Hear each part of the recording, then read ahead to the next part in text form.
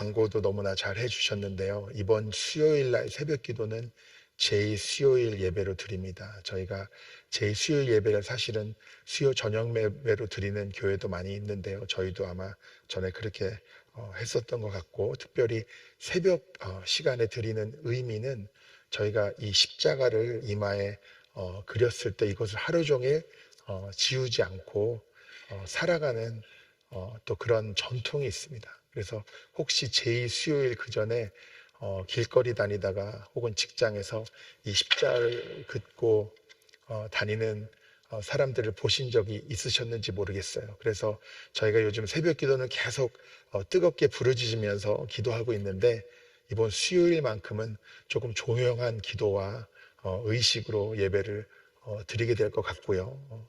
긴 시간 드리진 않지만 꼭 가능하시면 오셔서 이 십자가를 받고 가시면 좋겠습니다. 여러분을 그 예배 자리에 초대합니다. 오늘 말씀은 예수님께서 제자들의 발을 씻으신 이야기입니다. 여러분 혹시 세족식 다 해보셨죠? 한 번쯤은. 제가 어릴 때는 굉장히 교회에서 자주 했던 기억이 있고, 수련회를 가면 무조건 했던 기억이 있습니다. 어떨 때는 친구가 하도 발을 씻고 오지 않아가지고 제 바로 앞에서 씻었는데 도저히 그 대야에 발을 집어넣을까 말까 주저했던 기억이 있고, 그게 발이 깨끗해진 건지 더 더러워진 건지. 그 다음에는 꼭 광고를 해서 발을 깨끗이 씻어오라고 하고, 그 다음에 뒤에 물도 많이 준비해가지고 이제 그런 불상사가 없게 했던 기억도 있습니다. 또 특별히 누군가 내 발을 씻어주면서 손을 놓고 이렇게 기도해 줄 때 그 경험하게 되는 아주 특별한 은혜가 있는데, 또 기억나는 것은 내가 받을 때도 참 특별한 은혜가 있었지만, 내가 누군가의 발을 씻어주고 또 손을 얹어서 누군가를 위해서 기도해 줄 때 또 받았던 은혜도 얼마나 특별했는지 그런 기억이 있습니다. 오늘 말씀에서 예수님이 제자들의 발을 씻겨 주신 것은 사실은 조금 이상한 상황입니다. 왜냐하면은 보통 이 당시에 하루 종일 걷다가 집에 들어와서 발을 씻는 것도 자연스러운 일이고 손을 씻는 것도 자연스러운 일인데, 오늘 말씀 보면은 저녁 식사 중에 갑자기 윗옷을 벗으시고 제자들을 한 사람 한 사람 씻어주셨다. 오늘 성경에 이렇게 말씀하고 있거든요. 이상한 것은, 아니 씻어주려면 집에 들어왔을 때 밥 먹기 전에 좀 진작에 씻어주시지 왜 저녁을 먹다가 씻어주셨을까? 그러니까 이것은 그냥 이 당시에 원래 발을 씻는 것이고 손을 씻는 것이니까 이런 청결의 의미에서 씻어주신 것이 아니라 다른 의미가 있을 수 있겠다, 우리가 생각해 볼 수 있는 것이죠. 그리고 또 좀 이상한 것은, 오늘 베드로도 절대로 안 됩니다, 제 발을 씻어주시면 안 됩니다, 이렇게 거부를 하잖아요. 왜 그러냐면 누군가의 발을 내가 손을 얹는다는 것은 절대적인 존경의 표시예요. 여러분 향유옥합을 깼던 여인의 이야기가 생각나시나요? 물론 유다는 이거를 두고 이게 낭비다 뭐다 이런 의견도 냈지만, 이 여인의 입장에서 생각해 보면은 내가 너무나 사랑하고 또 존경하고 갈망하는 이 예수님을 향해서 나의 마음을 어떻게 하면 표현할 수 있을까 기도하고 고민하다가 내린 결론이, 내 재산, 내가 모은 거 다 모아서 가장 비싼 이 향유옥합을 깨뜨려서 내가 직접 그 발을 닦고 내 머리카락으로 이렇게 해야 나의 마음이 표현될까 싶었던 거죠. 그러니까 예수님과 제자들의 관계는 말 그대로 스승과 제자의 관계입니다. 그렇죠? 그러니까 굳이 닦아주면 제자들이 예수님의 발을 닦아주는 것이 이치에 맞는 것이지, 예수님이 제자들의 발을 닦아주는 것은 말이 안 되는 거예요. 왜냐하면 이렇게 발을 닦아줄 때는 나를 낮추는 의미이고 동시에 상대편을 높이는 의미.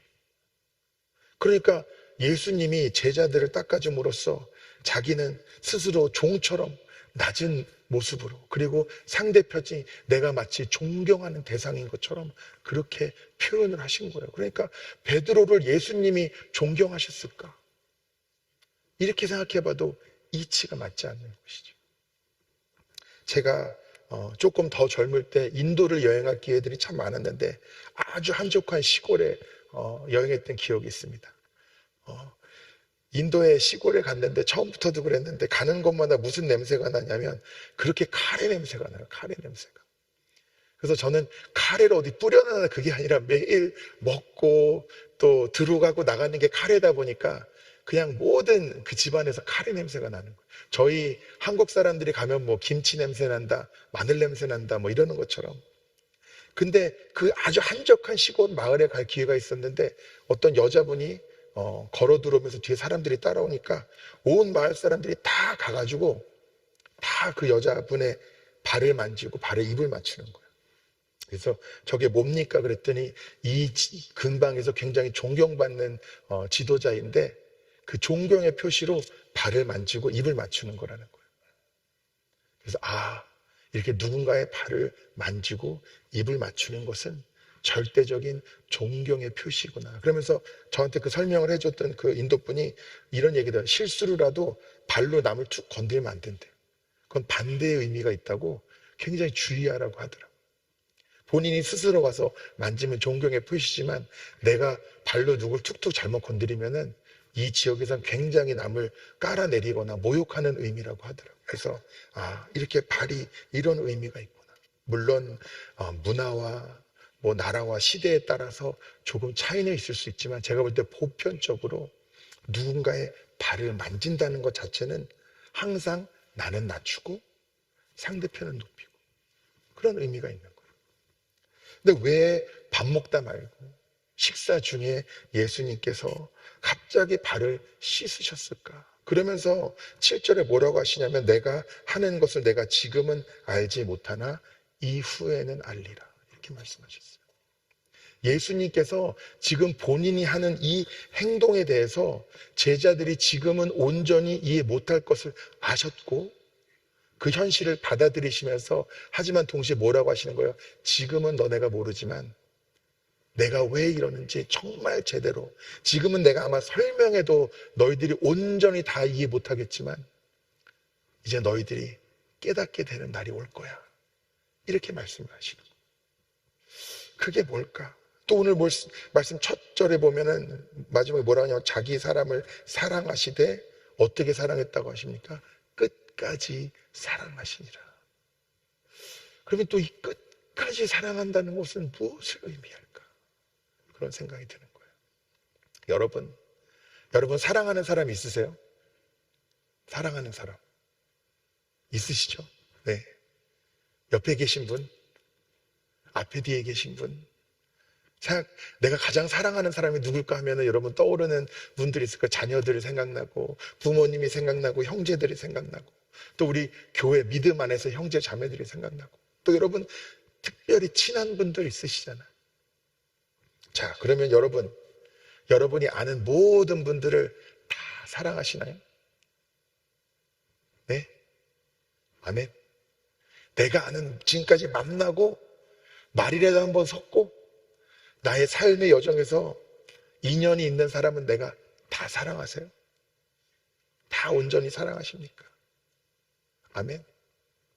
아니에요. 그건 좀 아마 속으로 그런 생각하시는 분이 있을지 몰라요. 그러면 뭐 목사님은 뭐 다 사랑하십니까? 그렇죠? 네, 쉽지 않습니다. 누군가를 사랑하면서 사는 것은 어렵지 않은데 모든 사람을 사랑하면서 사는 거는 끝까지 사랑하는 거는 정말 쉽지 않아요. 그런 생각도 들어요. 남을 용서하는 것도 어쩔 때는 그렇게 어렵지 않습니다. 어쩔 때 어렵지 않아요. 용서를 구하면 자기가 뭘 잘못했는지 알기라도 하고 내가 용서해 준 것이 고맙다고 여겨지면 용서하기 그렇게 어렵지 않아요. 근데 내가 용서해 준다면 네가 날 왜 용서해? 내가 널 용서해야지. 이러면 여러분 용서하고 싶은 마음이 어떻게 돼요? 싹 사라지죠. 제가 볼 땐 남자분들이 이런 경험을 주로 하는데 일단 아내에게 잘못했다고 합니다. 그럼 꼭 아내분들이 뭐라 그래요? 뭘 잘못했는데? 그럼 이제 식은땀을 막 흘리는 거죠. 넘어갈 줄 알았는데. 이제 뭘 잘못했는지 잘못 얘기하면 안 되잖아요. 그렇죠? 우리가 살다 보면은 누구를 사랑하는 것도, 용서하는 것도, 나를 낮추는 것도, 상대편을 높이는 것도 사람에 따라서는 쉬운 경우도 있고 아주 쉽진 않더라도 할 만한 경우가 있는데, 어떤 사람들은 여러분 지금 한번 생각해 보세요. 이 사람만큼은 내가 도저히 용서할 수가 없다. 딴 사람은 다 용서하겠는데 이 사람만큼은 내가 용서가 안 돼. 내 베스트는 정말 내가 그나마 기도해가지고 미워하지 않는 정도. 하지만 이 사람을 사랑하라고 하고, 이 사람 앞에 나 자신을 낮추라고 하고, 이 사람을 높이라고 하면은 나는 도저히 할 수 없어. 이런 생각이 드는 분 없으세요? 저도 부끄러운 얘기지만 목회하다 보면서요, 성도님들과 갈등이 있을 때가 참 많았습니다. 처음부터. 그리고 이게 참 희한한 게, 아무것도 안 하려고 그러면 사실 싸울 일도 없는데 꼭 교회 안에서도 열심히 하시는 분들이 갈등이 생겨요. 열심히 하려고 그러다 보니까. 그러니까 저도 젊을 때부터 목회를 하니까 얼마나 나름대로 아직도 어리고 미숙하고 부족하지만 얼마나 열심히 하려고 하겠어요. 그럴 때마다 계속 누군가와는 부딪히는 거예요. 근데 돌이켜볼 때 어떤 면에서 내 목회가 성공적이었는가, 잘한 목회였는가, 못한 목회였는가, 이것을 판단하는 기준이 뭘까 생각해 볼 때, 그냥 얼핏 생각해 보면은 교회가 많이 부흥하고, 그렇죠? 사람들에게 설교 잘한다는 소리 듣고, 이런 것이 성공의 척도일 수 있겠지만 절대로 화해하지 못할 것 같았던 관계가 화해가 되고, 절대로 용서하지 못할 것 같던 사람들이 서로 용서하고 서로 섬기고 사랑하게 되는 것이, 그것이 하나님 보시기에 나의 목회가 잘 됐다는 판단의 기준이겠구나라는 생각이 들기 시작했습니다. 그래서 제가 오늘 여러분 앞에서 다 나눌 수는 없는데, 제가 성도님들과 갈등이 있었던 거는 부끄럽지만 모든 사람들이 볼 때 저 전도사님과 저 집사님은 절대 화해하지 못할 거야, 둘 중에 하나는 이 교회를 떠나야 끝날 거야 라고 모든 사람들이 생각하는 상황 가운데서 화해한 경우가 있었습니다. 그리고 그때 제가 누렸던 은혜가 얼마나 놀라운지 제가 말로 설명할 수가 없어요. 그 기쁨.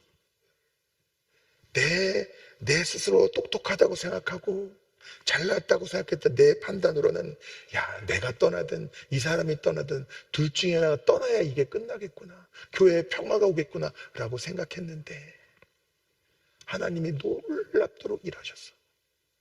나중에 결국은 제가 교회를 떠날 때 가장 뜨겁게 눈물을 흘리면서 아쉬워하셨던 분이 그분이 되셨어요. 지금은 알지 못하지만 이후에 베드로와 제자들이 깨닫게 되는 것이 무엇일까? 여러분, 베드로와 제자들은, 특히 베드로는 오늘 말씀해 보니까 처음에는 자기가 생각해도 이게 말이 안 되는 거예요. 내가 예수님의 발을 씻어주면 씻어줬지, 예수님이 내 발을 씻어주는 거는 이 도대체 사회적으로 용납할 수 없는 일이에요. 제자로서의 도리가 아니에요. 그러니까 근데 예수님이 뭐라 그래? 너 그러면 너랑 나랑은 아무 상관없어. 그러니까 이제 거부할 수가 없잖아요. 그러니까 뭐라 그래? 차라리 그럼 다 씻어주세요. 기왕 예수님을 통해서 내가 영광 받고 높여지려면 제대로 받고 싶었던 거예요. 이게 실제로 몸이 더러워서 씻어지는 그런 느낌이 아니고, 이 발 씻김과 몸 씻김을 통해서 예수님은 낮아지고 자기는 높아지고, 예수님에게 받는 기쁨을 온전히 누리고 있었습니다. 그런데 이게 꼭 나쁜 건 아니에요. 사실은 누군가에게 뭐를 주는데 안 받아들여도 그거 참 어려운 겁니다. 아이들 조금 하나라도 더 먹이고, 애들 밥 잘 안 먹잖아요. 단 것만 먹으려고 하고, 정말 나는 아무거나 먹어도 돈을 아껴서 유기농, 그쵸? 좋은 과일과 야채를 사서 고기를 사서 먹이려고 해도 철없이 안 먹고, 그죠? 좋은 걸 줘도 안 받아들이면 얼마나 마음이 답답합니까? 근데 여러분, 저와 여러분도 언젠간 그런 때가 있었어요. 주님 앞에 우리가 주님을 인격적으로 만나기 전에, 주님의 은혜를 누리기 전에 우리가 온전히 주님의, 아무리 우리에게 구애를 하시고 사랑을 표현하시고 나는 너를 사랑하고 나는 너를 용서하기를 원하고 너의 죄를 나의 보혈로 씻기를 원하고 십자가에서 나의 죽음이 너를 위한 죽음이 되기를 원하고 아무리 주님이 말씀하셔도 그거를 받아들이지 못했던 때가 있었습니다. 그렇게 받아들이지 않다가 여러분 어느 순간에 네, 주님 맞습니다. 내가 죄인입니다. 나의 죄를 위해 십자가 못 박혀 죽으심 감사드립니다 주님 하고 여러분이 받아들였을 때 주님이 얼마나 기쁘셨을까요? 얼마나 주님이 기쁘셨겠을까? 여러분의 그 순간을 한번 돌이켜보세요. 여러분도 기뻤지만 주님이 얼마나 기쁘셨겠어요? 그러니까 받는 거를 좋아하는 게 잘못된 게 아니에요. 근데 주님께서는 지금 누가 봐도 베드로는 신나 있잖아요. 내 온몸을 다 씻어달라고 할 정도로 신나 있는데 주님이 말씀하시는 거는 내가 이것을 지금은 알지 못하지만 이후에는 알리라. 지금 받으면서 좋아하지만 지금은 알지 못하는 베드로와 제자들이 이후에 깨닫게 될 것은 무엇이었을까? 그것은 바로 누군가 나의 발을 씻어줄 때도 너무나 기쁘지만 내가 내 자신을 낮추고 누군가의 발을 씻어주는, 나를 낮추고 상대편이 자격이 있어서가 아니라 사랑으로 높여주는 그때 누리는 기쁨을 언젠가는 너희가 알게 될 것이라고 주님은 말씀하셨던 겁니다. 여러분, 우리도 마찬가지로 어릴 때는 부모에게 받는 기쁨이 있었어요. 부모님에게. 지금 저희 부모님도 이제 은퇴하셔가지고 늘 부모님 생각할 때 건강하셨으면 좋겠다. 건강하게 오래 살아 계셨으면 좋겠다. 사실 그런 마음밖에 없어요. 근데 어릴 때는 제가 얼마나 불만이 많았는지요. 부모님 목회하시니까 두 분 다 매일 늦게 들어서, 아니 아버지는 그렇다 치고 어머님도 다 항상 어디든 다 따라가시고 신방을 하든 뭐 식사 약속이 있든 그러면은 제 동생과 둘이 매일 집에서 밥 해 먹고 얼마나 제가 라면을 잘 끓이는 줄 아십니까? 보통 설거지는 동생이 하고 라면은 제가 끓이고 그러면서 수없이 많은 저녁을 단둘이 먹었던 기억이 있습니다. 그러면서 왜 이렇게 정말 제가 중고등학교 시절엔 저희 아버지 얼굴을 본 기억이 없어요. 저도 학교 다니느라고 바빴지만 늘 새벽에 나가시고 저녁에 늘 엇갈리는 거예요. 얼굴 못 보고 또 교회에서도 또 바쁘시고 거의 못 보고 자라고 항상 불만이 많았어요. 왜냐? 그때 제 기쁨은 부모님을 만나고 부모님과 시간을 보내고 나한테 뭔가 좋은 것을 해 주셨을 때 누리는 기쁨이 있었던 거예요. 근데 이제 내가 부모가 되고 나니까 내가 굶더라도 아이가 잘 먹기만 해도 얼마나 기쁩니까? 그렇죠.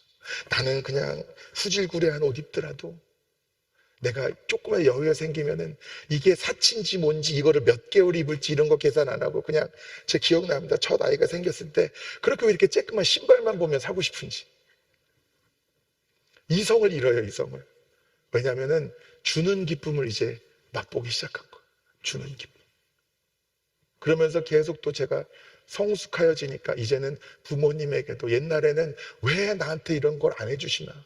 부모님이면 이런 거 해줘야 되냐. 이게 아니고 그냥 나도 뭔가 부모님에게 해드릴 수 있으면 좋겠다. 그런 마음이 들면서 사실은 부모님 보시기에 자식이 해주는 거는 늘 사실 부족해 보일 수 있겠지만 저도 느껴지는 거예요. 그냥 자식이 해줬기 때문에 기뻐하시는 부모님의 모습이 제가 느껴집니다. 세상에서 가장 비싸고 좋은 게 아니라 그래서 어떻게 보면 별거 아닌데 그래서 저도 저희 아이가 이렇게 색종이로 뭐 그 꽃 같은 거를 만들어 가지고 선물로 주면은 이 양복에 하루 종일 붙이고 다녀요. 어릴 때부터. 이게 뭐라고요? 근데 너무 잘하고 우리 딸이 이거 만들어준 거예요. 온 길거리 다 돈 나르면서 교회에서만이 아니고 길거리 돈이고 식당 무슨 커피숍 이런 데서 물어보지도 않았는데 그 커피 주문하면 이거 우리 딸이 만들어준 거예요.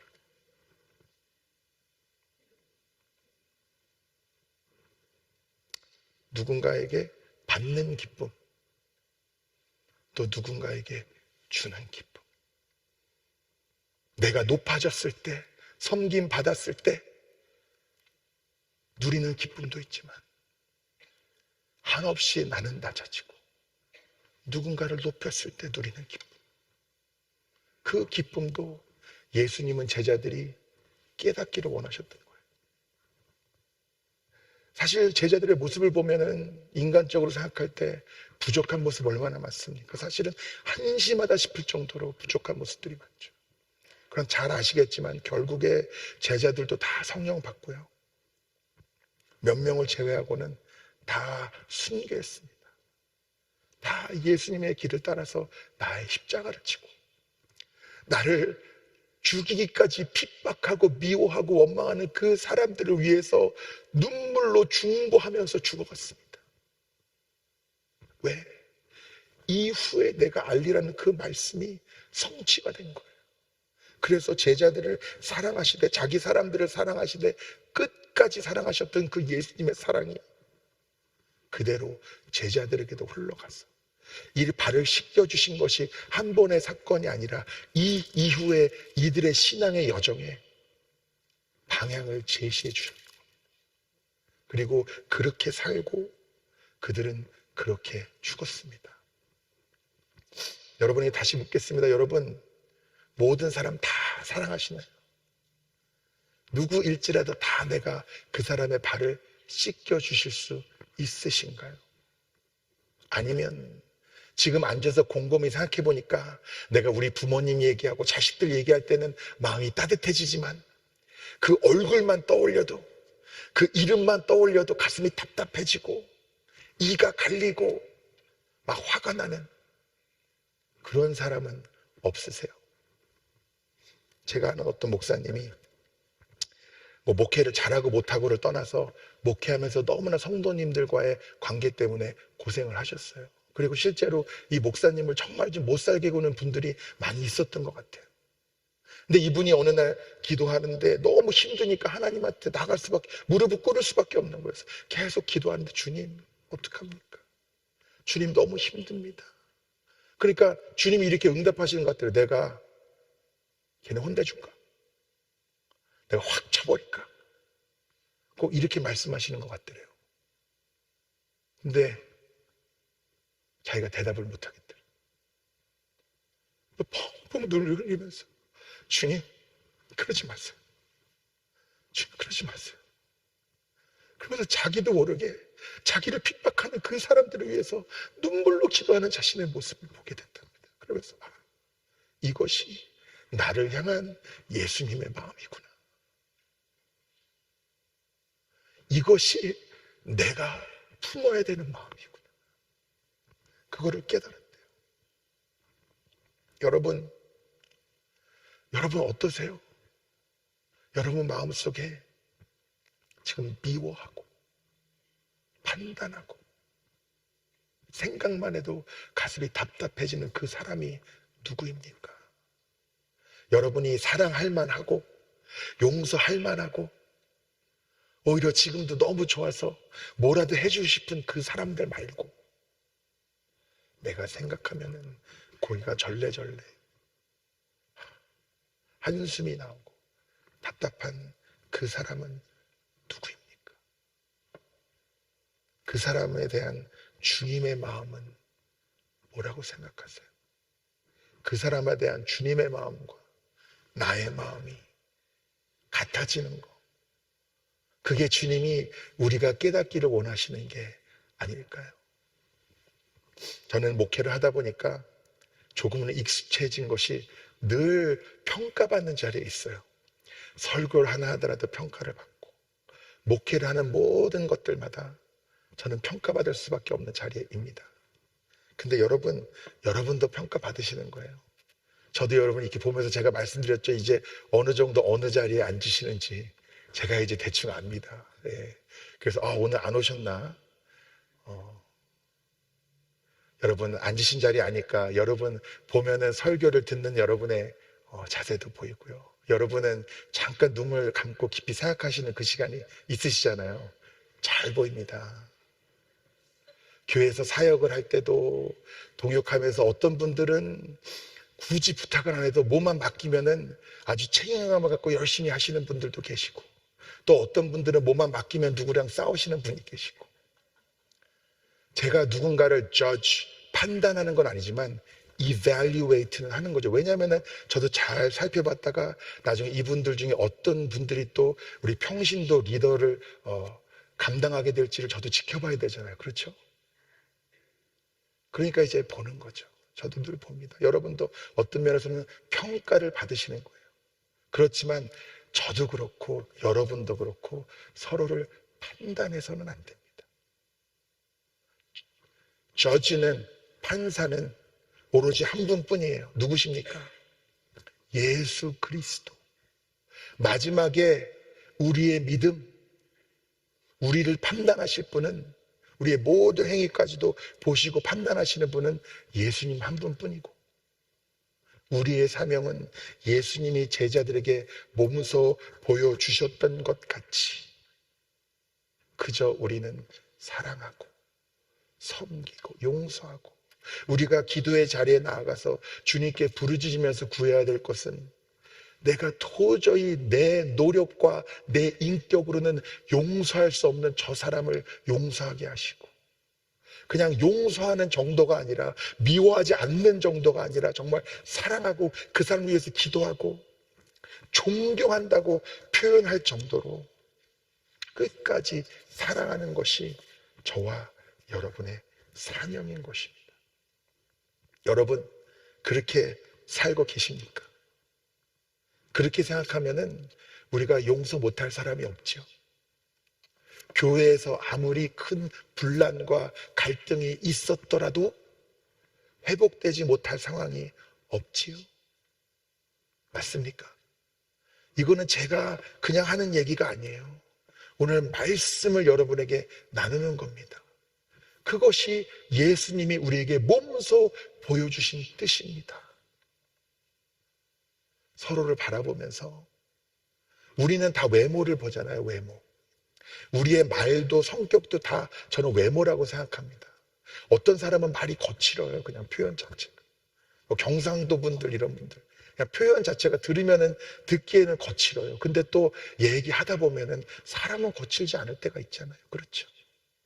어떤 분들은 성격이 급해요. 근데 여러분, 급한 분들은 급한 분들대로 또 일을 빠르게 잘 처리하세요. 어떤 분들은 조용하고 어떤 분들은 활발하고. 그러나 그 모든 다양한 모습들 가운데 예수님이 끝까지 사랑하시지 않은 사람은 있습니까? 없습니까?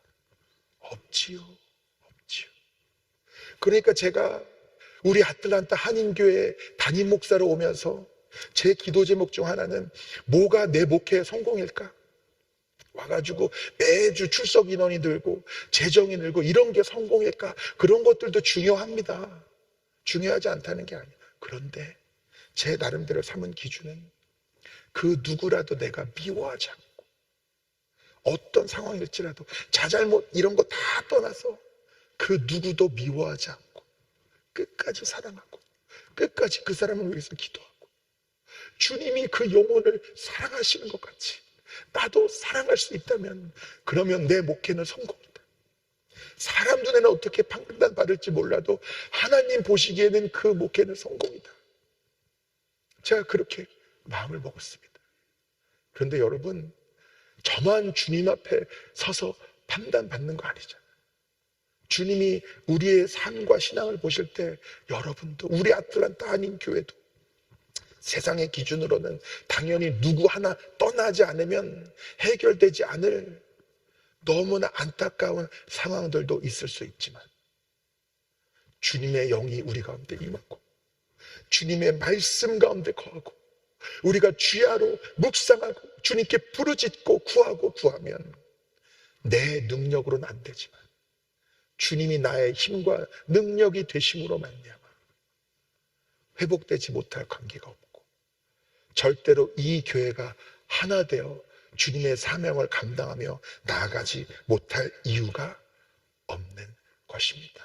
여러분, 오늘 말씀 깊이 새기셨으면 좋겠습니다. 나중에 기회가 되시면 앉아서 지금 깊이 돌아보시면서 내가 지금 정말 용서하지 못하는 사람, 그냥 떠올리기만 해도 우라통이 터지는 사람, 내가 해결하지 못한 내 마음의 상처와 그 사람들이 누구인지 곰곰이 한번 돌아보시기 바랍니다.